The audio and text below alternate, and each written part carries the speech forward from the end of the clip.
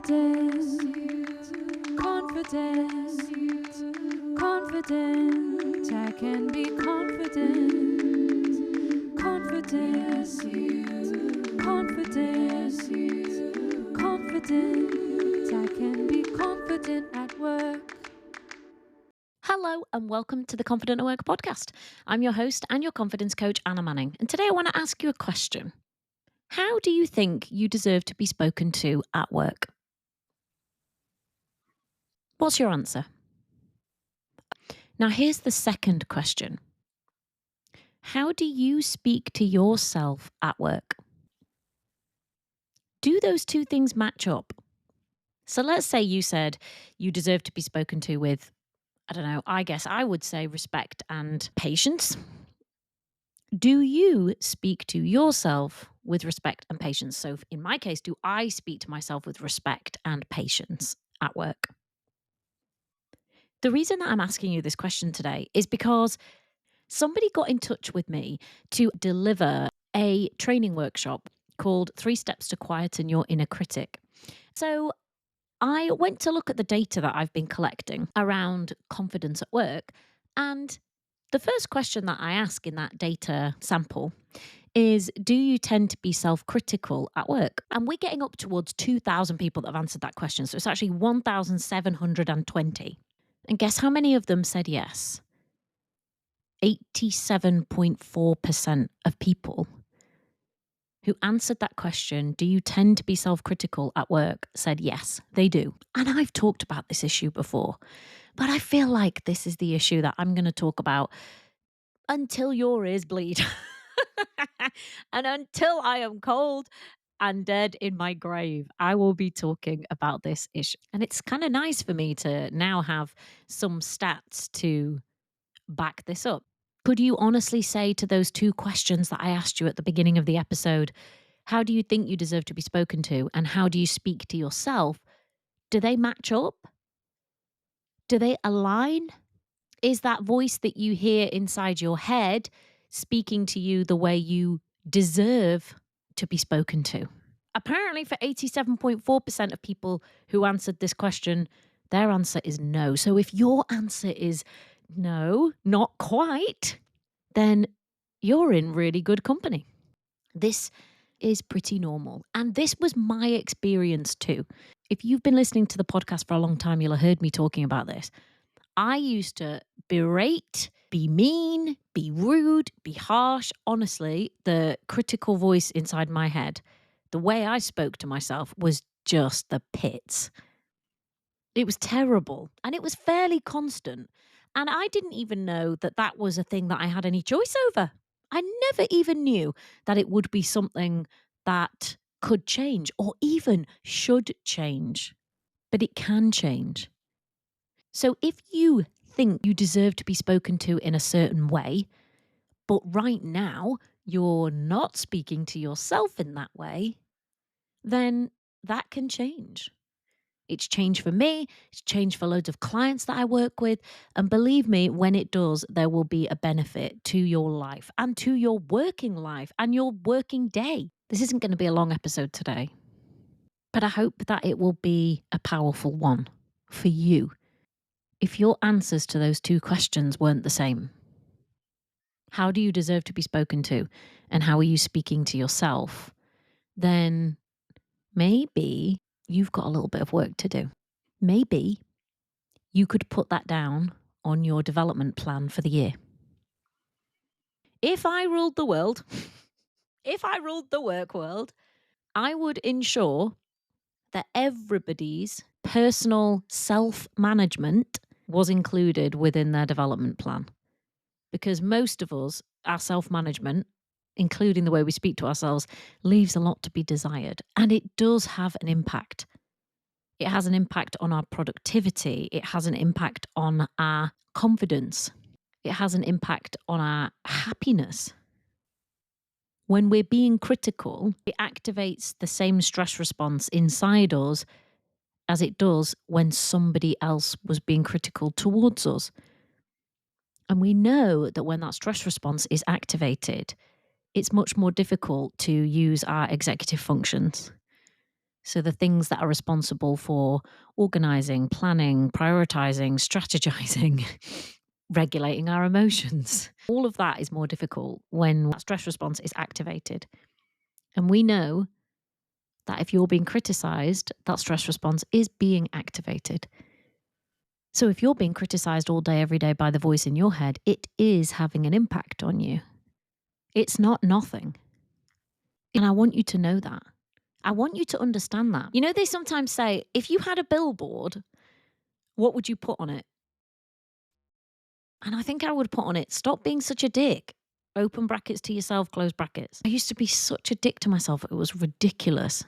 That's too many dicks in one sentence.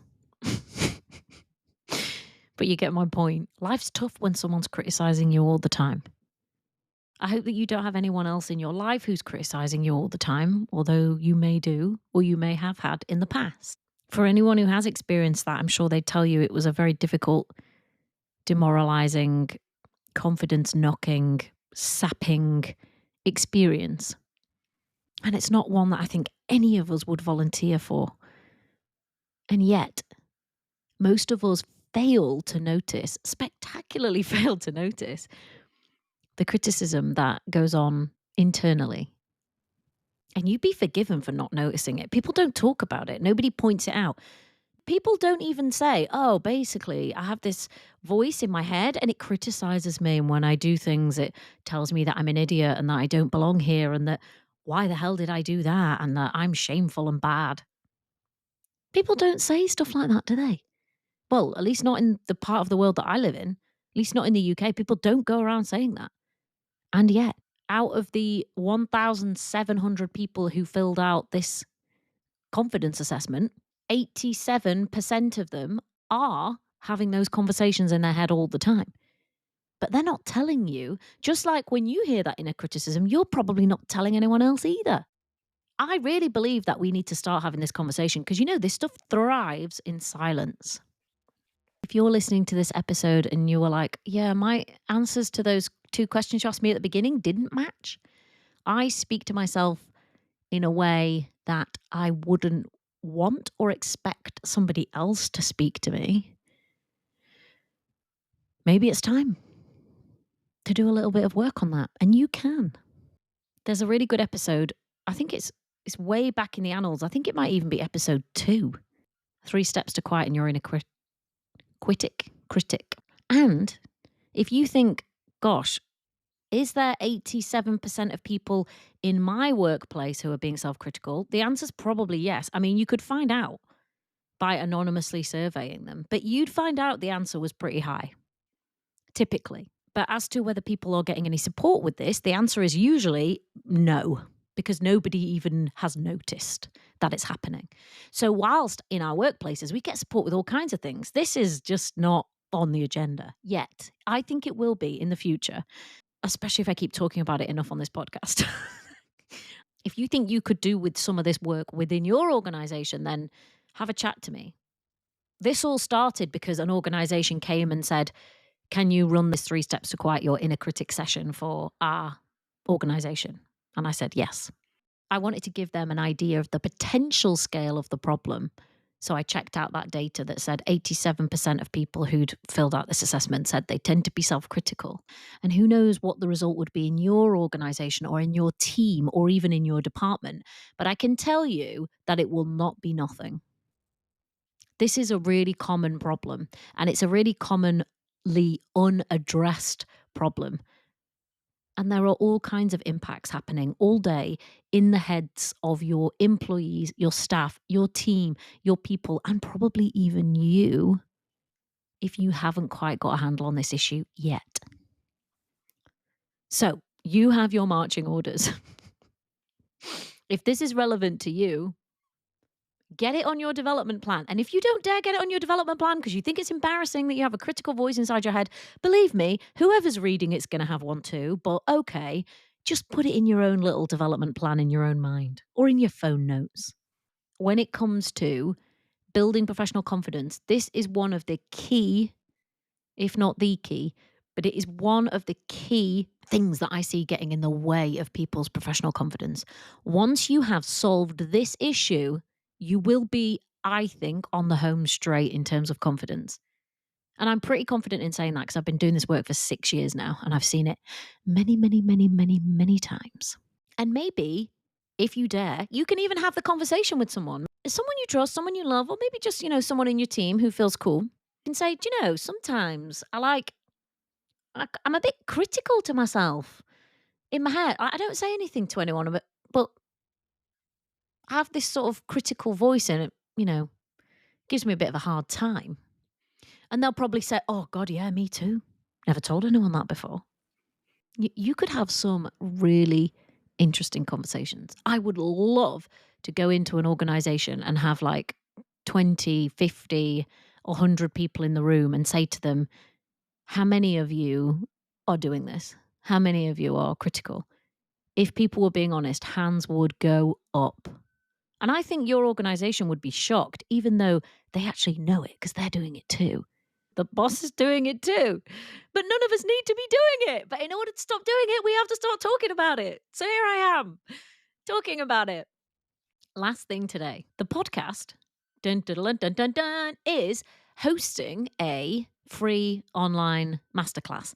This is the first time that the podcast has hosted a masterclass, but I was thinking about all of the different topics that we talk about on the podcast. We talk all about how to grow your professional confidence.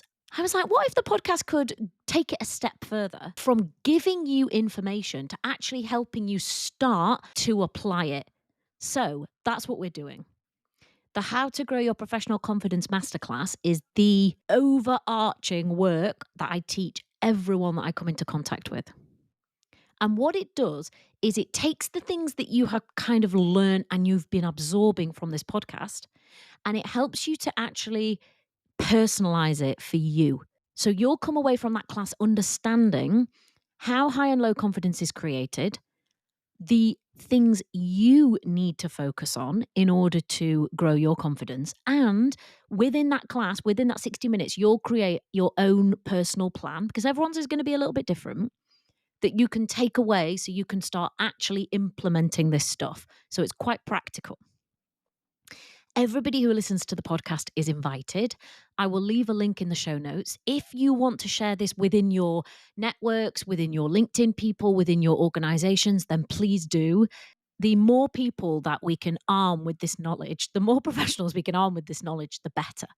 So please do share it. And come along, be in the class with us live. It's going to be on Monday, the 28th of October. If you can't join live, sign up anyway because you will get a replay. Last week, I threw down a challenge. Last week's episode was about how to say no. And I threw down a challenge and said, can you say no to one thing that you actually don't want to do before next week's episode? And I did it. I took the challenge too. I did it. I said no to something that I thought I was going to say yes to. And then I remembered my challenge and I was like, I actually don't want to say yes to this. So I'm going to say no. And I did. And it was okay. Took me a bit of time to do it. It took a tiny bit of rumination afterwards. But all in all, it was okay. The sky didn't fall in. And I think I would do it again. So hopefully I'm off to the races with that one. I am developing alongside everybody else on my ability to say no because I don't think I'm quite there yet with it. In fact, I know I'm not. Did you do the challenge? Did you say no to something? If you want to take the challenge again this week, feel free. If you want to tell me about it, feel free. But go to the link in the show notes now and sign up for that How to Grow Your Professional Confidence class hosted by the Confident at Work podcast. And I will see you in next week's episode. Bye.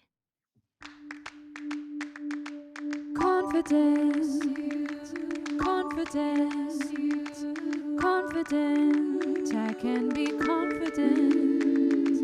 Confidence, confidence, confident. I can be confident at work.